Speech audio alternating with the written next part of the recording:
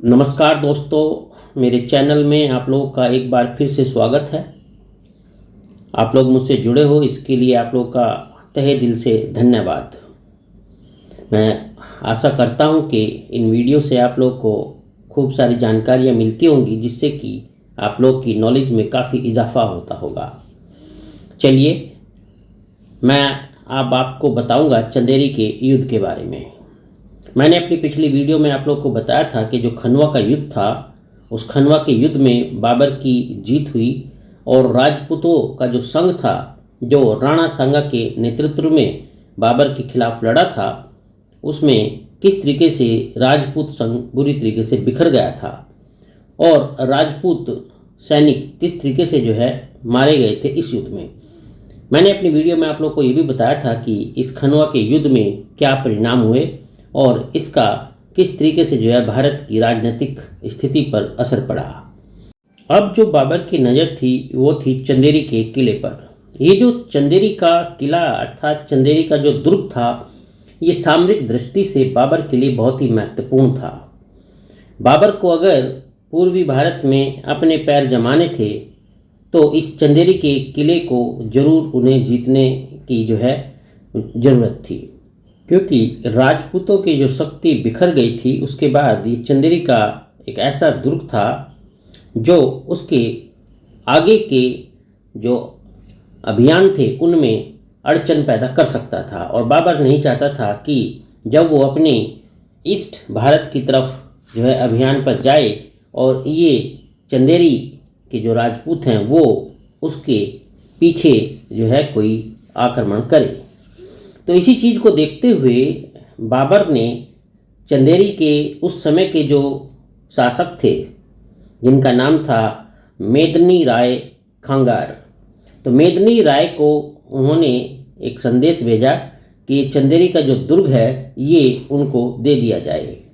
चंदेरी का जो दुर्ग था बेसिकली वो पहाड़ियों के बीच में स्थित था और ऊंची ऊंची पहाड़ियों को पार करके ही चंदेरी के दुर्ग तक पहुंचा जा सकता था। और अगर कोई दुश्मन इन पहाड़ियों को पार करके पहुंचता तो फिर नीचे उतरते ही उनको राजपूत सेना का सामना करना होता था। तो इसलिए इस दुर्ग को भेदना बड़ा ही मुश्किल होता था।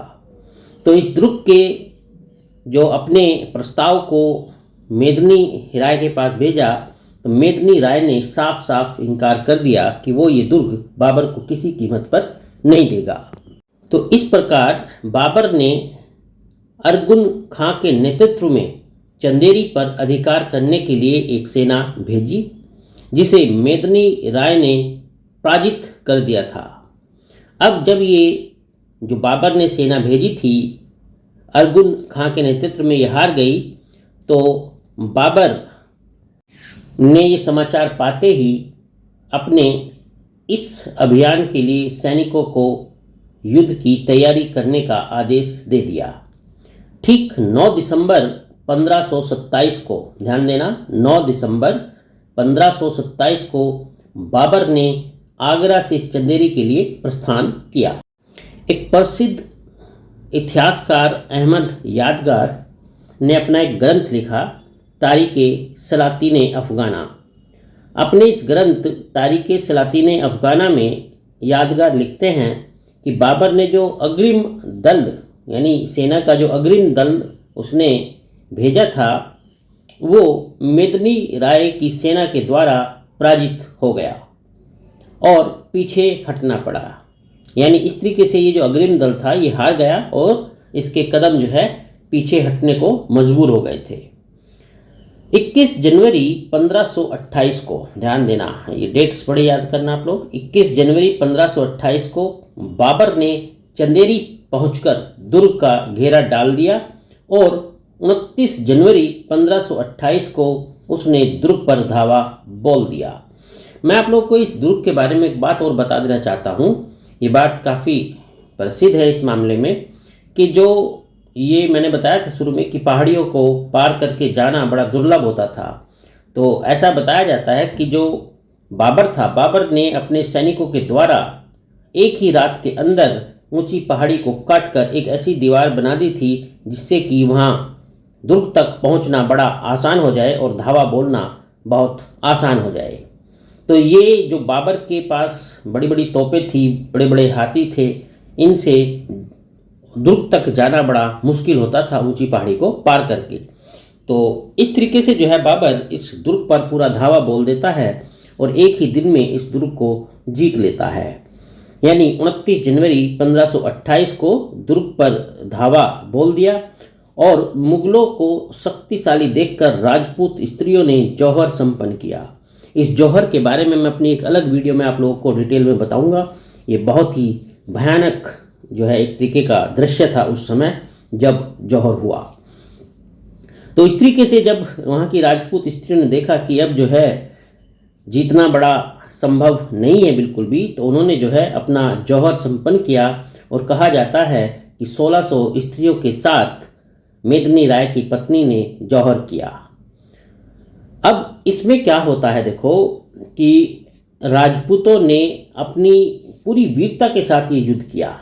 ऐसा नहीं है कि उन्होंने कहीं कोई कमी छोड़ी हो, पूरी वीरता के साथ युद्ध किया, लेकिन अंत में जो मुगल थे उनकी जीत हो जाती है। चंदेरी के उत्तर पश्चिम में, इस बात पे बहुत गौर देने की जरूरत है, जो चंदेरी के उत्तर पश्चिम में अपनी विजय के रूप में राजपूतों के सिरों का एक स्तंभ निर्मित कराया बाबर ने जो राजपूत उसमें जो है मारे गए थे, जो उनके सिर का जो है एक पूरा स्तंभ बाबर ने बनवाया और अपनी विजय का हर्षोल्लास मनाया। चंदेरी का ये जो दुर्ग था,